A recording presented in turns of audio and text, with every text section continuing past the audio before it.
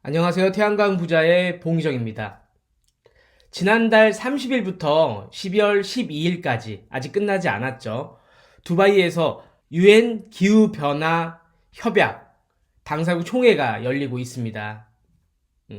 이게 재생에너지, 저희 태양광 발전에 어떤 의미가 있는지, 어떤 이야기들이 나왔는지 오늘 간단히 이야기해 보려고 합니다. 이야기에 앞서서 UN 기후변화 협약이 뭔지 간단히 좀 말씀드려 볼 건데요. UN 기후변화 협약은 지구의 온난화 규제 그리고 방지를 위한 국제 협약입니다.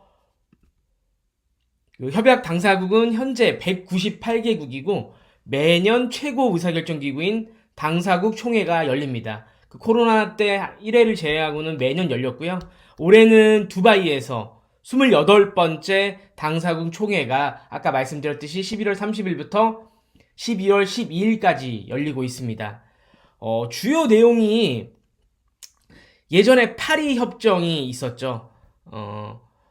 2015년에 온실가스 배출을 감축해서 지구 평년 기온을 상승을 산업화 이전 대비 2도씨 이하로 유지하고 1.5도씨를 넘지 않도록 노력하겠다는 목표를 세우고 196개국이 동의하고 협약을 맺었습니다.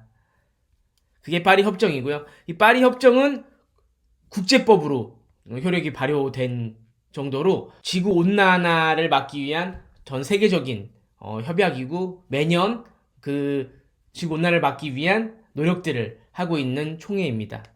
이번 총회에서는 조금의 특이점이 있어서 제가 이렇게 급하게 영상을 만들었는데요.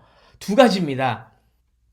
10년 안에 재생에너지 3배, 재생에너지 시설을 3배 늘리겠다는 내용, 그리고 지금까지 온실가스를 감축하기 위해 이행했던 내용들의 결과를 발표하고 최종 선언문에 도장을 찍어서 최종 음식을 보일지 말지에 대한 내용들이 이번 회의에 담기 있기 때문에 제가 이 영상을 준비해 봤습니다. 그래서 먼저 제가 짤막하게 보도자료, 뉴스를 편집해 놓은 게 있는데 이 내용을 한번 보시고 그 위에 말씀드린 두 가지 내용에 대해서 이야기를 나눠보도록 하겠습니다. 세계 각국이 모여서 기후 위기에 대한 대응을 논의하는 UN 기후변화 협약 당사국 총회가 두바이에서 개막했습니다.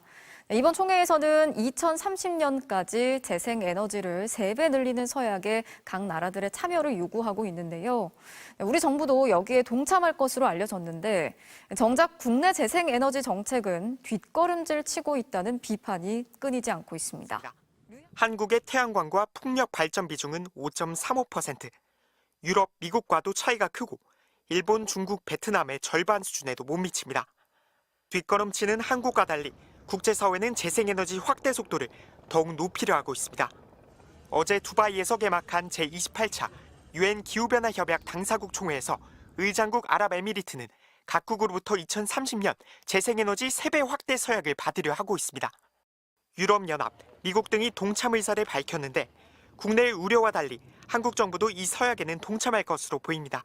온실가스 배출량 세계 10위권의 한국, 지구의 기온 상승에 끼치는 영향의 크기만큼 요구되는 책임도 커질 수밖에 없습니다. MBC 뉴스 류현준입니다.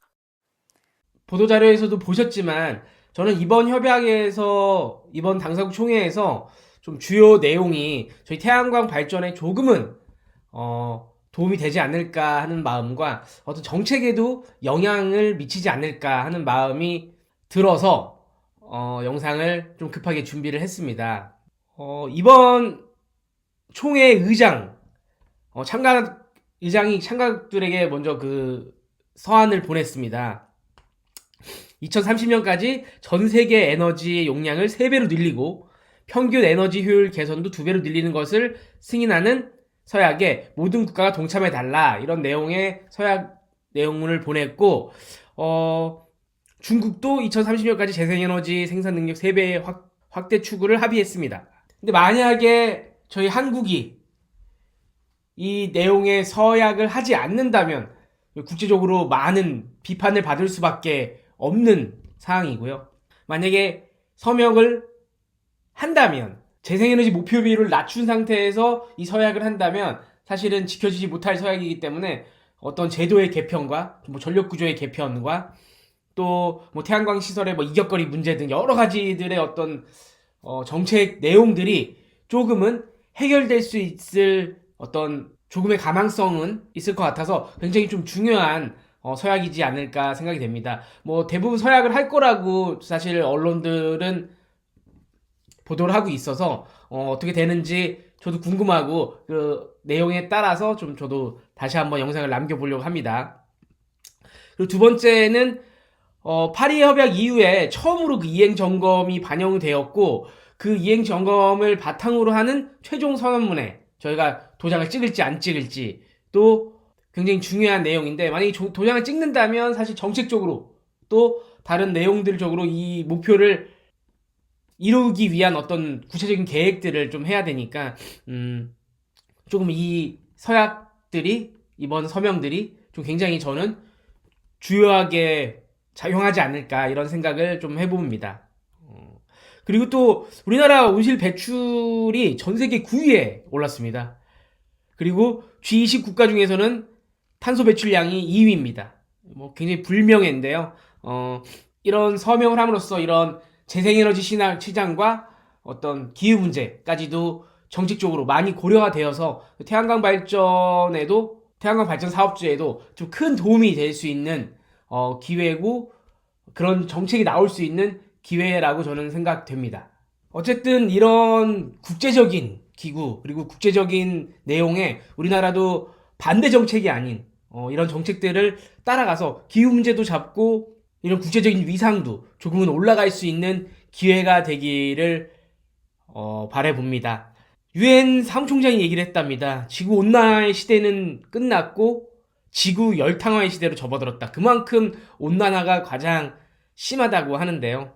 우리나라도 이 박사님이 하신 말씀처럼 태양광, 풍력 이런 재생에너지를 통해서 정신을 생산하는 일들을 통해서 이런 온실가스의 배출을 막고 지구 온난화에도 도움이 되는 이런 정책들이 장려하는 정책들이 더 많이 나오고 모든 사람들의 인식들이 좋아져서 이 태양광 발전도 더 많이 발전하기를 기대해 봅니다. 오늘 내용이 조금이라도 도움이 되셨다면 구독과 좋아요 꼭 좀 부탁드리겠습니다. 감사합니다.